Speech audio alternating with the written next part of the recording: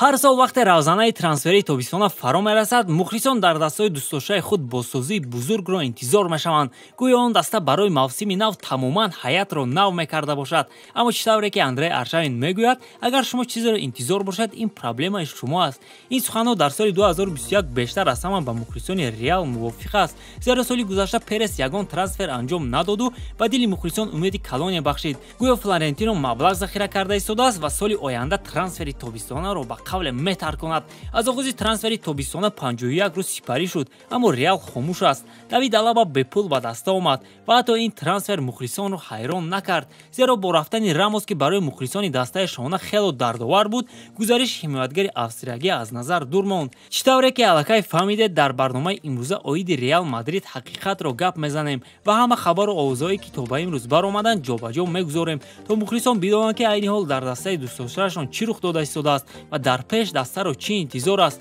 Интихоби мавзӯи имрӯза бесабаб набуд, зеро тамошобинон чандин маротиба аз мо хоҳиш карданд ки дар бораи Реал видео кунем. Мо хоҳиши шуморо ба ҷо овардем. Шумо бошед дастгирии худро фаромӯш накунед. Агар лайки қиматбоҳи худро аллакай гузошта бошед, пас оғоз мекунем.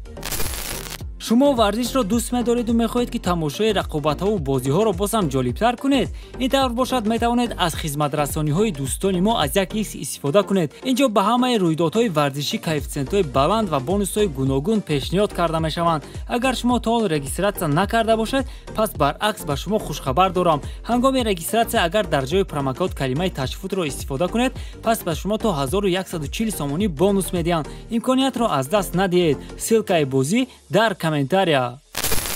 интизориҳо дар трансфери тобистонаи соли 2021 хело калон буданд. Ба оиди харидори Мбаппе, Холланд, Перес чунон гап мезад ки гӯё ба даст овардани онҳо хело осон бошад, мисле ки аз мағоза бо як сомонӣ қалам мехарӣ. Ин суханҳои Перес бефоида набуданд, зеро он вақт президенти Реал нақша дошт ки проекти Суперлига амалӣ мегардад ва дастаи ӯ танҳо барои иштирокчии ин мусобиқа гардидан аз бонки JP Morgan 350 миллион евро ба даст меорад.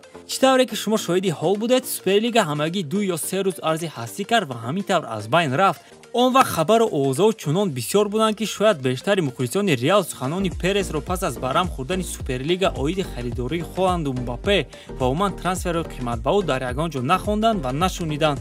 Перес дар ин бора чунин гуфта буд: ин тобистон трансферҳои бузург анҷом дода намешаванд. Ҳама вақт вақте топ дастаҳо ба дастаҳои миёнаҳол барои трансфер маблағи калон пардохт намекунанд, ҳама зарар мебинад.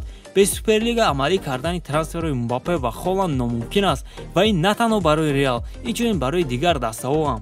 албатта ин суханҳоро Перес бештар ба хотири Суперлига гуфт, на ин ки ба хотири трансфери Мбаппе ва Холланд. Бе проекти Суперлига ҳам анҷом додани топ трансферро имконпазир аст ва инро дар мисоли Челси ва Манчестер Юнайтед дидан мумкин аст. Хулоси гап, проекти Суперлига амалӣ нашуду, ба гуфти Флорентино Перес набояд ин тобистон акнун аз Реал топ трансферро интизор шавем.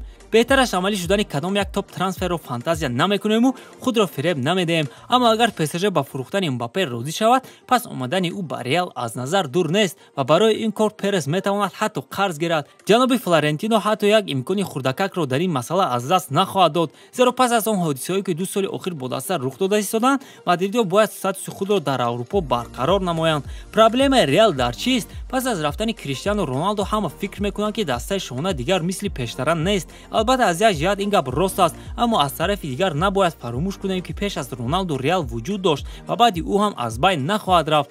Ба ҳар ҳол ба мадридиҳо айни ҳол як суперстораи футбол намерасад, зеро бисёриҳо дастаро маҳз аз пушти як футболбози алоҳида баҳо медиҳанд, мисле ки Барселонаро ба хотири Месси ва ё ки Ювентусро ба хотири Роналду доштанаш топ даста ҳисоб мекунанд. яъне харидории Мбаппе ва ё худ Холланд метавонист ин проблемаи Реалро ҳал кунад.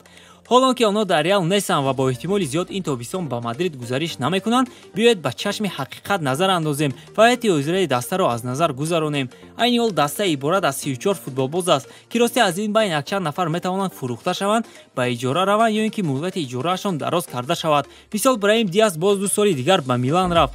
аз футболбозоне ки айни ҳол дар даста ҳастанд ҳайати худро ҷамъоварӣ кардан мумкин аст ва ҳозир ин корро хоҳем кард, то бифаҳмем ки ҳатто бо бозингарони ҳозира мадридиҳо метавонанд барои ҷоизаву рақобати арзанда нишон диҳанд. албатта бо чунин ҳаят ғолиби Лигаи Чемпионҳо шудан он қадар осон нахоҳад буд, аммо ба ҳар ҳол тамошои бозии онҳо хело ҷолиб мегардад. дар дарвоза бешуба Тибо Куртуа аст ва ин ягон ҷои баҳс надорад. Варан бо эҳтимоли зиёд ба Манчестер Юнайтед меравад. Бинобар ин дар маркази хатти ҳамла Эдер Милитау ва Алаба бозӣ хоҳанд кард. Аз кунҷи рост Карвахал, аз кунҷи чап бошад Ферлан Менди.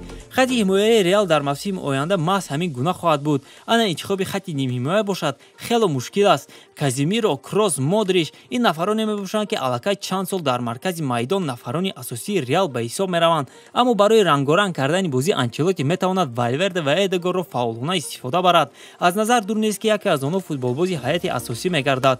Агар аз рӯи статуси футболбозон баҳодием, пас дар хатти ҳамла бояд Азар, Бейл ва Бензема бозӣ кунанд. Шумо ба номҳои ин ҳамлагарон нигаред, дар ҳақиқат воҳиманок, аммо дар амал на Азар ва на Гарет Бейл он қадар хуб ба чашм намерасанд. Ба ҳар ҳол ҷароҳатҳо онҳоро ба чунин ҳол оварданд ва умедворем ки дар мавсими нав онҳо кам мешаванд.